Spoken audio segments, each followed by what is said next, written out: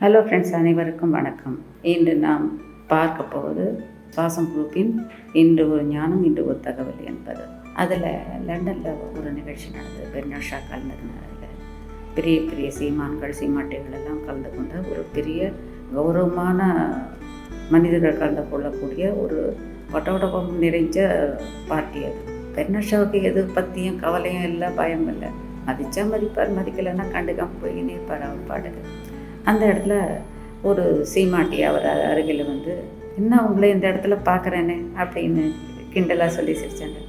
ஓ, நீங்கள் இருக்கக்கூடிய இடத்துல நான் இருக்கிறதுக்கு சரியில்லைன்னு நீங்கள் நினைக்கிறீங்க. நீங்கள் இருக்க வேண்டிய இடத்துல நான் இருக்கிறது தவறு தான்.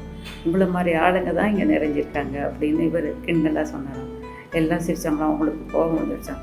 என்ன அப்படி சொல்கிறீங்க? ஆமாங்க, நீங்கள்லாம் இருக்கிற இடம் இது என்ன போன்ற புத்திசாலிகள் இருக்கிறதுக்கு தகுதி இல்லாத இடம் தான். ஆனால் நான் புத்திசாலின்றது எப்படி எல்லாருக்கும் தெரியும்?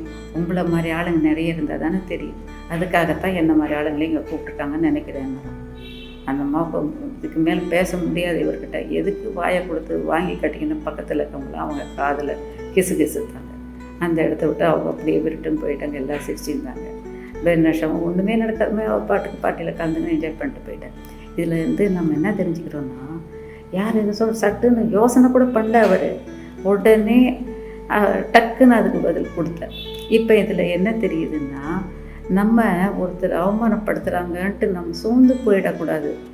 அதையும் நமக்கு சாதகமாக எடுத்துக்கின்னு சந்தோஷமாக சிரிச்சுக்கினே அதை சமாளிக்கிறது தான் நம்முடைய புத்திசாலித்தனத்தை குறிக்கிறது.